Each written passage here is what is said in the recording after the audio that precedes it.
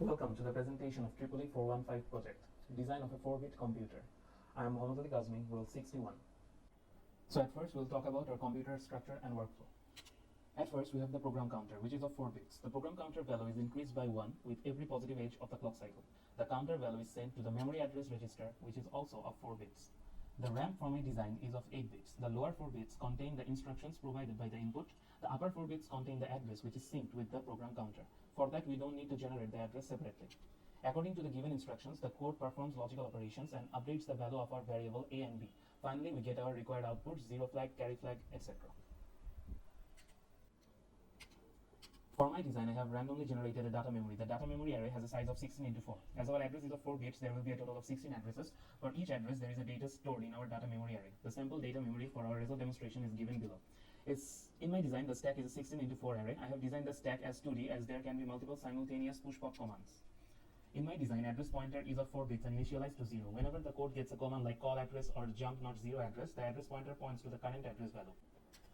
My design also has some unique features. Auto update of A and B after every instruction is executed. Instead of generating address randomly, address is synced with program counter. Instructions can be performed sequentially one after another, just like assembly languages. I've also implemented 0 flag, carry flag, and a 16-layered stack. Okay, so this is my code. In this part, all of my input and output registers are defined, and also the temporary registers. And I'm initializing the values of A and B. And in the always block, the data memory is defined. And in this part, the MAR and the RAM and the program counter operations are being executed. After that, according to the instructions, there are 16 instructions, so I have defined 16 tasks. And here are all the tasks. In each task, the corresponding operation is being executed. So this is the corresponding instructions and the corresponding opcodes according to my student ID. Okay, so now I'll demonstrate the results. Here A is 9 and B is 4. So A and B is added and A is updated to 13. And here A minus B, so A is updated to 5.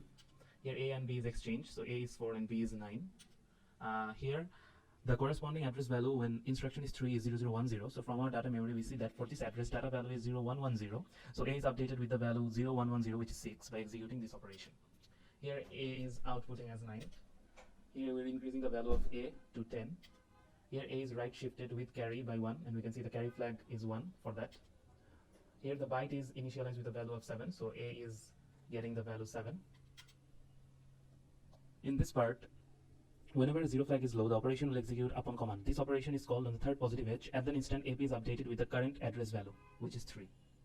In this example, B is initialized with the value of 4. After push B command on the third positive edge of the clock cycle, we can see that bottom layer of stack is updated with the value of B. As you can see that the stack has now the value of B. After the pop command, bottom layer stack returns to its original value, which is 0, and B is updated with the value 4. Here, call address is commanded on the third positive edge of the clock cycle. At that instant, AP is updated with the current address value, which is 3. And after that, when the read command is called again, AP is returned to 0. So now AP points to the address where AP was pointing before the call address command. So in this operation, or A address command is executed on the third positive edge. At this instant, the address value is 0011. For this address, 0001 is stored on the corresponding data memory. Now we perform OR operation between A and 0001. A is updated with the value 0011 after OR operation. So XOR A address command is executed on the second positive edge of the clock cycle. At this instant, address value is 0010. And for this address, 100 is stored on the corresponding data memory. Now we perform XOR operation between A 0010 and the data memory value 1000. A is updated with the value 1010 after XOR operation. In the halt command is executed, program counter is stopped. As you can see, program counter is stopped. The code doesn't enter the always block and the program is at a standstill. So now we will perform some multiple operations sequentially. So at first, A and B are added. So A is updated to 2 plus 4 equals to 6. After that, XOR operation of A and data memory 2, which is 100, is executed. So A is updated to 1110. After that, A is increased by 1. So now A is updated to 1111. After that, A is right shifted by 1 and A is updated to 0111 and carry flag is updated to 1. Then A is shown as output and the program is halted. So in this example, byte is initialized with 7. So after the first command, A is updated with 7.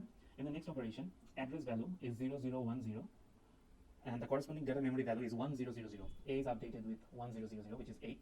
After that, call address is executed and AP is updated with the current address value of 3. You can see that AP is updated. When read command is executed, AP returns to its initial value 0. Thus, AP now points to the address that it was pointing before the call address operation. Finally, I would like to thank our fellow course teachers for giving us the opportunity to work on this wonderful project. Thank you.